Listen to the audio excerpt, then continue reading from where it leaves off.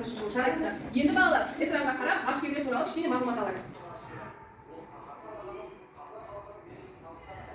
Аспандарбек әрқайсысына орында аяқтан отырып, біз ғаламшарлармен безендіреміз. Олай болса, алдарында барлығында QR код бар, жеке өздеріңізде. Осы әдіс арқылы біз өткен сабақты еске түсіреміз. Тест тапсырмаларына қарайық. Атау септік. В. Осы шақ, өткен шақ, келер шақ. Үшінші С. Қосымша жұрна. Егер қайсы жауап дұрыс болса, QR кодты солай көтеріп көрсетеміз. Жоғары көтереміз, мен тек көремін. Қараймыз. Жарайсыңдар балалар, барлығы дұрыс. Келесі топты қараймыз. Көтереміз. Бізде бір оқушымыз жаңылысып отыр. Нұрсая, жаңылысты. Көтереміз. Тамаша, мына топ барлығы дұрыс жауап берді. Келесі топ. Жарайсыңдар. Балаларды жаңа тақырыпты бастамас бұрын бір ойын ойнап алайық, рандом әдісі арқылы сұрақтар берілген. Осы сұрақтарға жауап берген алдымен қазір барлық топқа жібере тастаймын.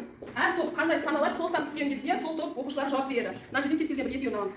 Екеуін ғана аламыз. Екеуін аламыз ба? Келесі топ. Екеуін аламыз. Кез келген екеуін аламыз. Ашамыз. Ішінде қандай сандар бар? Алдыңыздан экранға қараймыз. Егер қай сан түскен болса, сол топтағы оқушы жауап береді. 4 деген сан қай топта? Саят. 3 мақсалдарды. Ұйқау күлкі тамақ. Дұрыс па балалар? Тамаша. 7 қазына 2 сан кімге түсті? Ал жаз.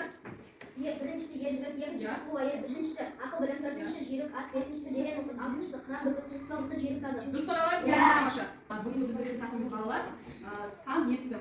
Сан есім туралы бейнероликті тамашалап алайық. Хорошо. Сағатта, күнтізбеде, билеттерде сандар бар. Сан есім нешеге бөлінеді? Сан есім сұрақтар қандай екен? Қашан, неше. Иә, дұрыс балалар. Олай болса, оқулықты ашамыз. Бір сұрақ қоямыз. Мен бірінші топқа сұрақ қоямын. Келесі топ, екінші топқа, мына топқа, одан кейін мына топқа қоямыз, иә? Ал бірінші топқа сұрақ. Юпитердің үлкендігі сонша, оның ішіне қанша ғаламшар сияды? Алина. Оның үлкендігі соншалықты, оның ішіне 8 ғаламшар келеді. Иә, балалар. Келесі топқа сұрақ қоямыз. Оқулыққа қараймыз. Дайынсыз сұрағымыз дайын ба? Ал, екі сұрақ қоямыз.